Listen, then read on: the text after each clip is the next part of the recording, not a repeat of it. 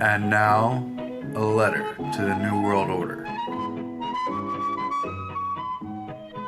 Dear World Economic Forum, how are you?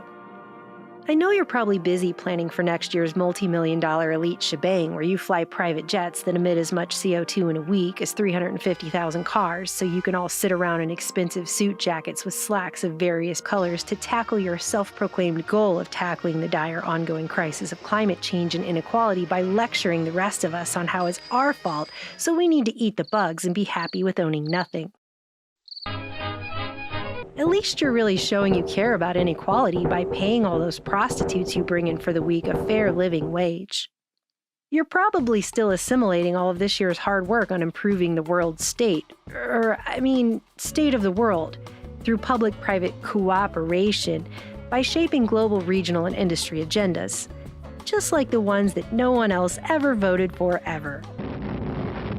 You know, it sure must be cold up there in the Swiss mountains in the winters. But hey, at least you'll never have to worry about potential hypothermia. Seeing as how 5 straight days of scheduled hourly ass-kissing sure works up a lot of body heat.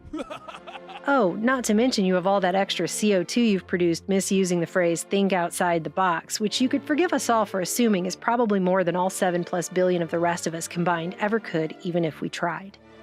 I sure hope you bring that one guy back so he can talk more about how we are one of the last generations of human beings on Earth. We are probably one of the last generations of Homo sapiens. Because you plan to engineer bodies and brains and minds. Engineer bodies and brains and minds. And use all that data you've hoarded to become the future masters of the planet. Will the future masters of the planet look like? This will be decided by the people who own the data. Those who control the data control the future, not just of humanity, but the future of life itself.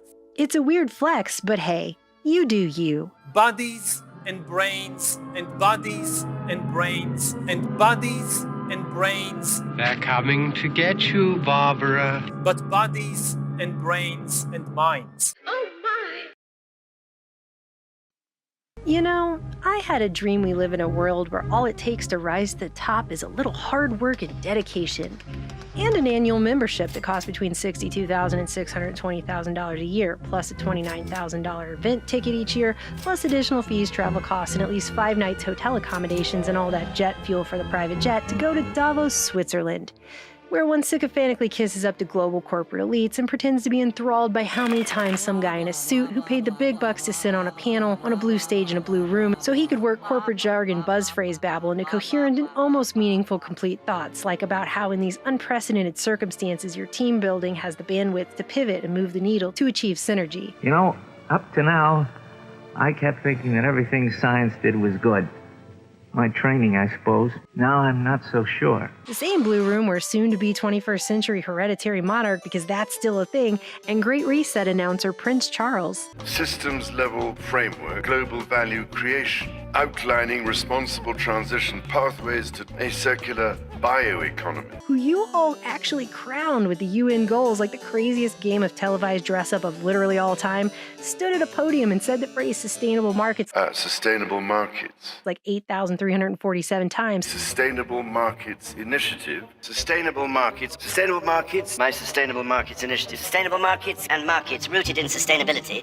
While you sat in the audience and pretended it doesn't make you want to fall asleep in slow motion like the van falling off a bridge in some Inception-level nether dimension of the fourth realm of the dream world your mind goes to hide in, because deep down you know you sold your soul to the tulpa of commerce, the Skeksis of humanity summoned upon us centuries ago, and you still aren't sure what you're going to do with your life if your god dies, so the plan you came up with is to just keep trying to scare the rest of us by having a guy who literally looks straight out of White Cat petting central casting for a Bond film, and even occasionally dresses like Emperor Palpatine, tell us all how it's gonna be, that we'll actually listen and go along with what you say.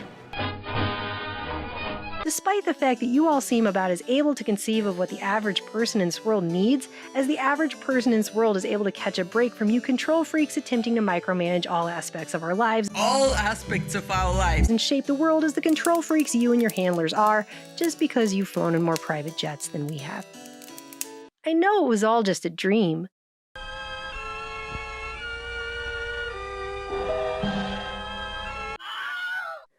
But you you still really creep me out.